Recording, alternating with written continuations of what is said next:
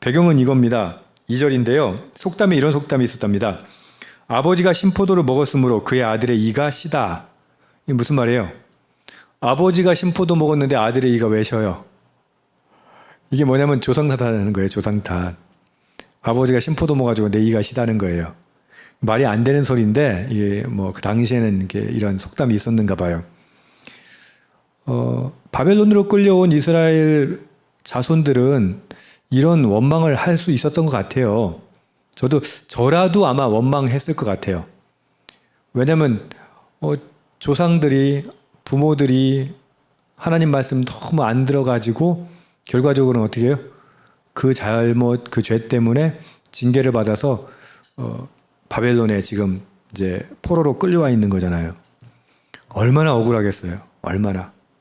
이들 사이에는 아버지가 포도를 먹어가지고 아들의 이가 시다라는 이런 어떤 속담 같은 걸 통해서 자신들의 어떤 상황을, 자신들의 처지를 한탄했던 그런 속담입니다. 오늘의 핵심 말씀은 이거예요. 조상 탓하지 마라, 상황 탓, 환경 탓 하지 마라라는 거예요.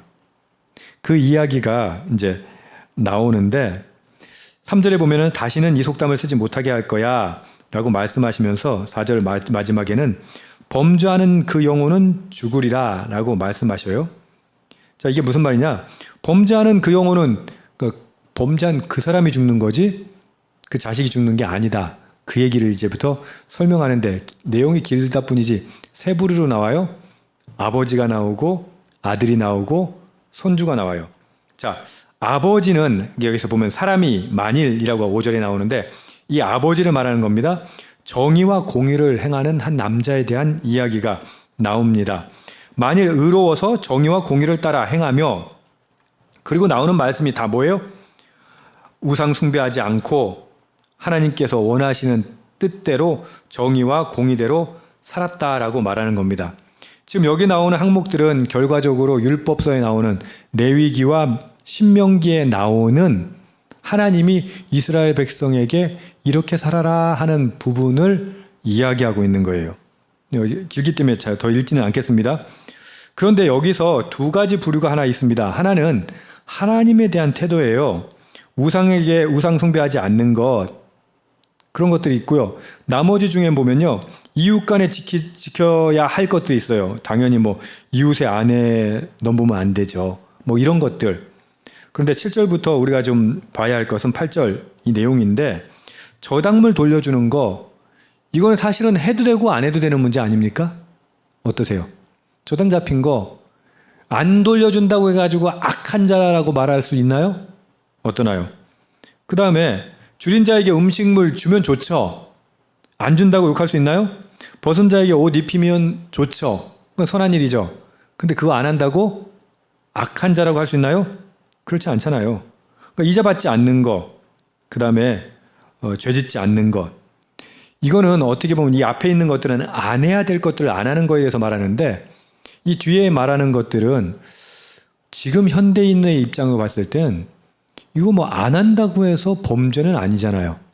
어떠세요? 하나님이 이 사람을 정의와 공의를 따라 행하는 사람, 그리고 9절에는 그는 의인이니 반드시 살리라 라고 말했을 때 이 사람을 의인이라고 하는 이유가 뭔지 아세요? 안 해야 할 것 안 해서가 아니에요. 그건 당연한 거고, 우리가 생각했을 때 안 해도 되지 않나 하는 것까지 행하는 거예요. 단순히 종교적인 의례, 율법적인 그런 규정들을 지키는 것을 넘어서 삶의 전 영역에서 하나님의 뜻을 따라 살아가는 것, 하나님은 이 사람을 의인이라고 해요. 우리는 현대를 살아가면서 자신이 죄인이라고 생각하지 않아요. 왜냐하면 범법을 행하지 않았으니까. 또 다른 말로 해서 범법을 살짝 행했는데 들키지 않았으니까. 그런데 하나님이 의인이라고 하고 공의와 정의를 지킨다고 하는 사람의 기준은 무엇입니까? 빚진 자의 저당물 돌려주는 거, 줄인 자에게 음식 주는 거, 벗은 자에게 옷을 입히는 거, 이자 받지 않는 거, 죄를 짓지 않는 것, 사람과 사람 사이에 진실하게 판단하는 것, 사람과 사람의 일 속에서 우리 어때요? 내 입장 곤란하면 어떻게 해요? 유보하잖아요. 그런다고 불법 아니니까.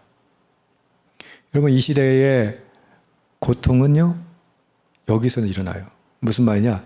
내가 적극적인 선을 행하지 않아도 범법이 아니기 때문에, 범죄가 아니기 때문에 괜찮다고 생각하는 것. 여러분, 하나님은 우리에게 요구하시는 건 뭐예요? 정의와 공의예요. 사람과 사람 사이에 진실하게 판단하라고 그래요. 네가 욕먹는 한이 있어도 바른 판단을 해라. 줄인 자를 먹여라. 옷 없는 자, 벗은 자에게 옷을 입혀라. 여러분 어떠세요? 이렇게 질문해 봅시다. 우리는 하나님 말씀하시는 정의로운 사람, 공의로운 사람, 여기서는 의인이라고 말했는데 의인이 맞습니까? 9절 후반절에는 이렇게 얘기합니다. 그는 의인이니 반드시 살리라.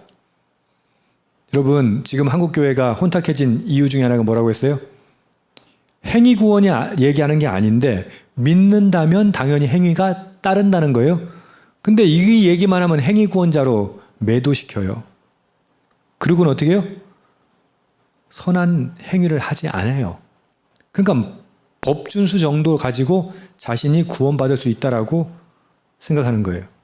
하나님은 뭐라고 말씀하세요? 의인이니 반드시 살리라.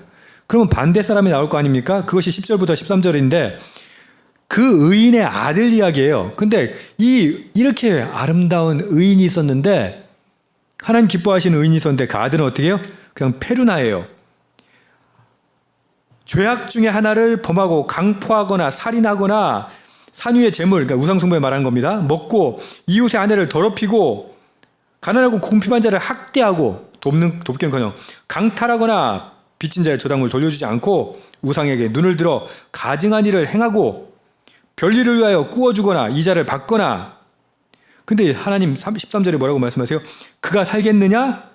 결코 살지 못하리니 이 모든 가증한 일을 행하였은 즉 반드시 죽을지라 자기의 피가 자기에게로 돌아가리라. 하나님 굉장히 무서운 말씀하시는 거예요. 뭐예요? 의인이 아니면 심판받아요. 우리 지금 예수 믿는다는 거 하나 이유로, 구원받았다는 거 하나 이유로, 그거 믿는다는 거, 믿음이라는 게 뭐예요? 겨우 그거 난 믿고 있어. 난 예수님 믿어. 하나님 믿어. 예수님 믿고 하나님 믿는데 어떻게 그렇게 살아요? 지금 아까 나왔던 의인의 항목대로 살 수 있지 않을까요? 왜? 영원한 삶을 믿는데 어떻게 이 땅에서 이자 받고 강포하게 살아요?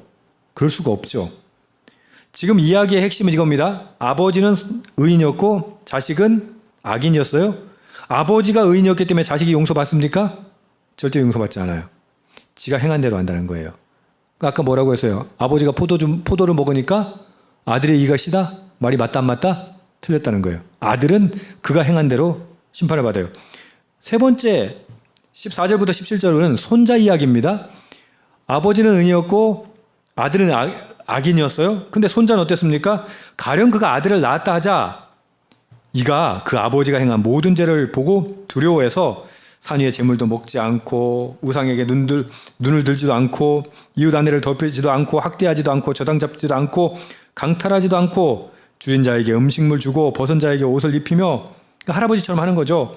손을 금하여 가난한 자를 압제하지 아니하며 별리나 이자를 받지 아니하며 내 규례를 지키며 율례를 행할진대 이 사람은 그의 아버지의 죄악으로 죽지 아니하고 반드시 살겠고 거기 줄 거놓으세요. 이스라엘 백성들이 지금 뭘 원망하고 있었다고요? 아유 과거에 저 조상들이 똑바로 살았으면 우리가 포로로 안 끌려왔지. 조상 탓했다니까요. 난 지금 이 상황에서는 내가 올바로 살 수가 없어. 환경 탓했다니까요. 근데 이게 뭐라고 해요? 그 아버지의 죄악으로 죽지 않는다는 거예요. 지금 하나님 말씀하시는 거예요. 비록 이들이 포로로 끌려갔지만 절망 중에 있지만 회개하면 그리고 하나님의 공의, 하나님의 정의 오늘 말씀으로 워딩으로 따진다면 의인으로 산다면 하나님 반드시 살리신다. 회복시키신다. 할렐루야. 그럼 우리 뭘 오늘 교훈을 얻어야 합니까? 하나님요. 공정하게 정확하게 판단하시는 분이에요. 하나님 행한 대로 심판하세요. 근데 우리는 행하지는 않고 그냥 믿는다고 우기잖아요. 아니 믿는다고 우기고 행하는 건 뭐예요? 악한 일을 하잖아요. 자, 첫 번째는 범죄를 하지 말아야겠죠. 근데 여기에 의인의 기준은 뭐예요? 하나님의 공의와 정의를 구현하는 것, 벗은 자 입혀주고 줄인 자 먹여주는 것, 그게 하나님께서 원하시는 거라는 거예요. 만약 그것만 하면 어떻게 한다? 네 아버지가 어떻게 했든, 네 환경이 어떻든, 상황이 어떻든, 조상이 어떻든 그 상관없어. 네가 어떻게 믿음으로 살아내느냐를 가지고 심판하신다라고 말하는 거예요. 오늘 말씀은 이 말입니다. 자신의 어려움이나 죄의 문제, 조상 탓, 환경 탓, 또 우리 잘 아는 거 사회 제도 탓, 법률 탓, 심지어 과거의 상처 탓. 요즘에 무슨 뭐 상담 프로그램 이런 거 보면요, 죄다 과거의 상처 때문에 그런 거라고. 그 나온 사람들은 다 그 핑계예요. 하나님 뭐라고 말해요? 그거 핑계가 된다 안 된다? 안 된다라고 말씀하시는 거예요. 하나님 우리에게 영적 선택의 자유를 주셨어요. 여러분, 과거가 어땠든 상처가 있든 없든 선택은 누가 하는 거예요? 내가 하는 거예요. 조상이 어떻게 됐든 환경이 어떻게 됐든 제도가 어떻게 됐든 결국 어떻게 해요? 나는 어쩔 수 없어라고 하는 변명이 통하지 않는다라고 말씀하시는 거예요.